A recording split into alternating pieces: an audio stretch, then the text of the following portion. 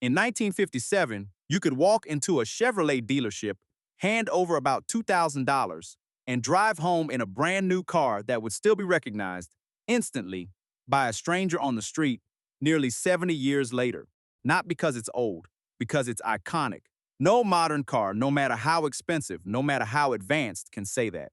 Today, we're going to figure out exactly why, and the answer isn't nostalgia. It's a very specific, very short window in American history that will almost certainly never happen again. This is the story of the 1957 Chevrolet Bel Air and why an affordable family car built nearly 70 years ago still gets more attention parked outside a grocery store than almost anything rolling off a production line today. Let's start with what this car actually was, because it's easy to forget the Bel Air wasn't some exotic, limited-run dream machine. It was Chevrolet's top trim level, sitting above the mid-range 210 and the bare-bones 150, but it was still, fundamentally, a mass-market family car. Chevrolet built over 700,000 of them in the 1957 model year alone, in 19 different body and trim configurations, with 16 solid colors and 15 two-tone combinations. A base sedan started at roughly $2,290. Adjusted into today's money, that's somewhere in the neighborhood of $20,000 to $25,000, which is, almost unbelievably, in the same range as a brand new compact car today. This wasn't a luxury good. This was what an ordinary American family bought when they wanted something nice. And yet, it's this car, not a Cadillac, not a Ferrari, that gets cited again and again as the single most recognizable American vehicle of its entire decade. So what actually happened here? Why does a basic Chevy sedan from 1957 carry more cultural weight than almost any luxury car built in the same era? Some of it is timing, and you need to understand just how oddly this specific car came to exist. General Motors actually wanted a completely new design for 1957. That was the original plan, but production delays meant the company had to stretch the existing 1955 and 1956 body one more year instead. Chevrolet's chief engineer, a man named Ed Cole, refused to just let that happen quietly. He pushed through a long list of changes anyway. A new dashboard, a sealed cowl, headlight pods that gave the car its now famous chrome ring detailing, smaller 14-inch wheels to drop the stance lower to the ground, and a wider grille up front to make the whole car look broader and more substantial. Then, to balance that width visually, designers added the tail fins. Those fins weren't an accident or a random styling fad. They were a deliberate visual echo of the front end, borrowed straight from the look of jet aircraft, which, in 1957, genuinely represented the future. America had just spent over a decade obsessed with aviation and rocketry, and Detroit's design studios were absolutely soaking in that imagery. The Bel Air's fins, its hood ornaments, its chrome details, all of it was a regular family sedan dressed in the visual language of the jet age, sold to ordinary people at an ordinary price. That's the styling half of the story.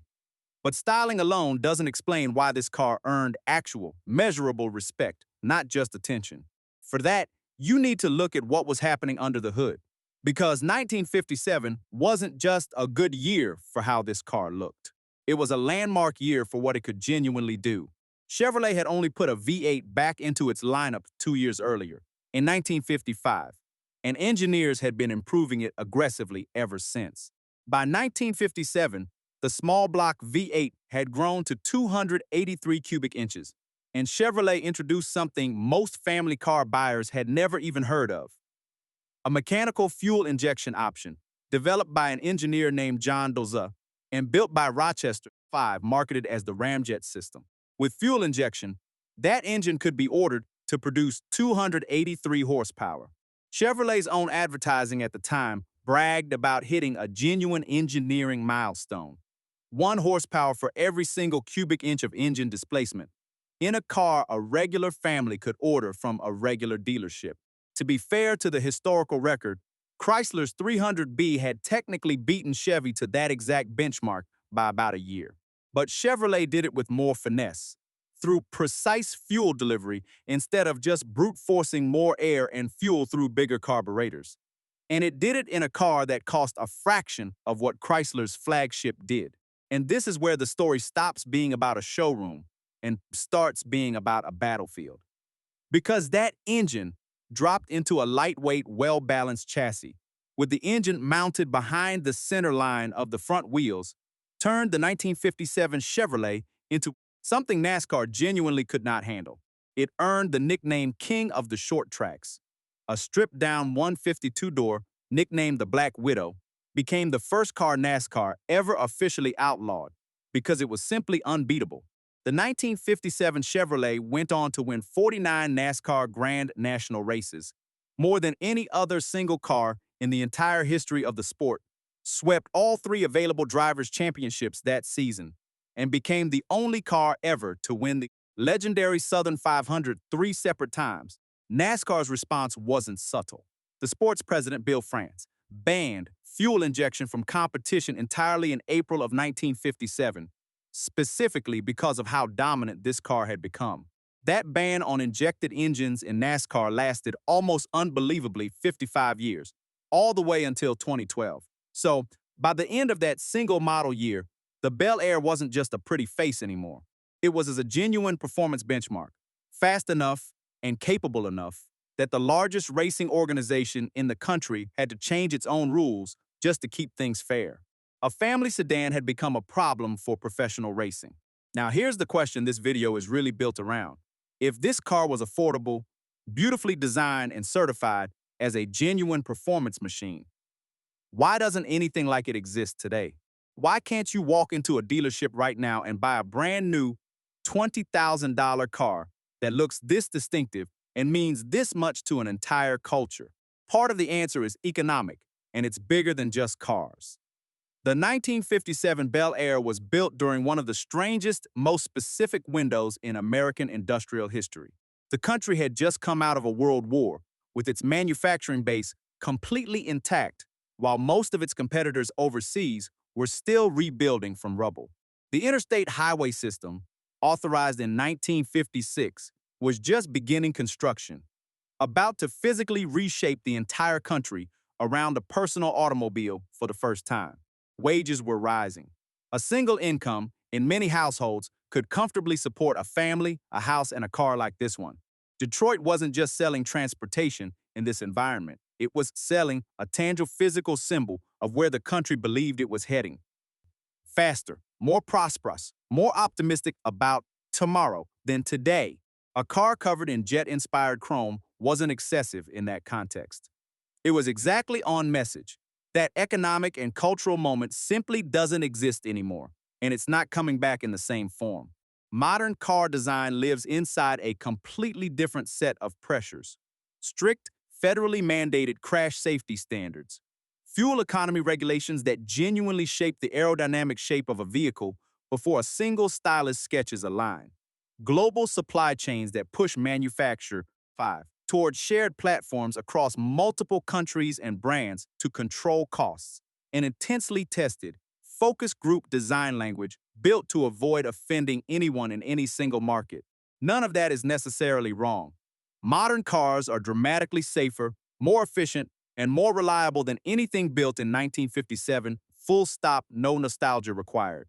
But that same web of requirements makes it structurally difficult to build something as boldly, unapologetically decorative as a chrome-draped tail fin on an affordable mainstream sedan ever again. The Bel Air could look the way it looks specifically because almost nothing was telling its designers not to. And here's the final piece of why this particular car, out of every great 50s design, became the one that stuck permanently in the culture. It wasn't rarity. Quite the opposite. Because Chevrolet built so many of them in so many configurations, the Bel Air never became a forgotten museum piece reserved for the ultra-wealthy. It stayed in driveways, in junkyards, in high school parking lots, in movies, in song lyrics, for decades afterward, long after most of its luxury contemporaries had simply vanished from public memory. Today, depending on condition, body style, and whether it carries that rare original fuel-injected engine, a 1957 Bel Air can sell at auction anywhere from a few $1,000s for a project car all the way up into the hundreds of thousands for a pristine documented example with the right options. That range itself tells you something important. This wasn't a car that only the wealthy ever touched. It was, and in many ways still is, a car nearly anyone could eventually own a piece of, which is exactly why so many people still feel something when they see one. So when people ask why they don't make cars like this anymore, the honest answer isn't that today's engineers have lost some kind of secret skill or stopped caring.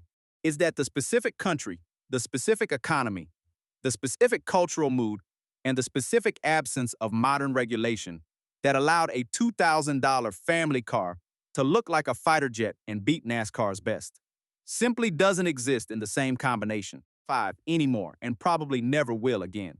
The 1957 Chevrolet Bel Air wasn't just a good-looking car that happened to get lucky with timing. It was the physical rolling result of a single narrow moment when an entire country believed, completely and without irony, that the future was going to look exactly like this. And for one model year, it actually did. If stories like this, the real history behind the cars that built American culture, are what you're here for, there's plenty more in this series. Stick around.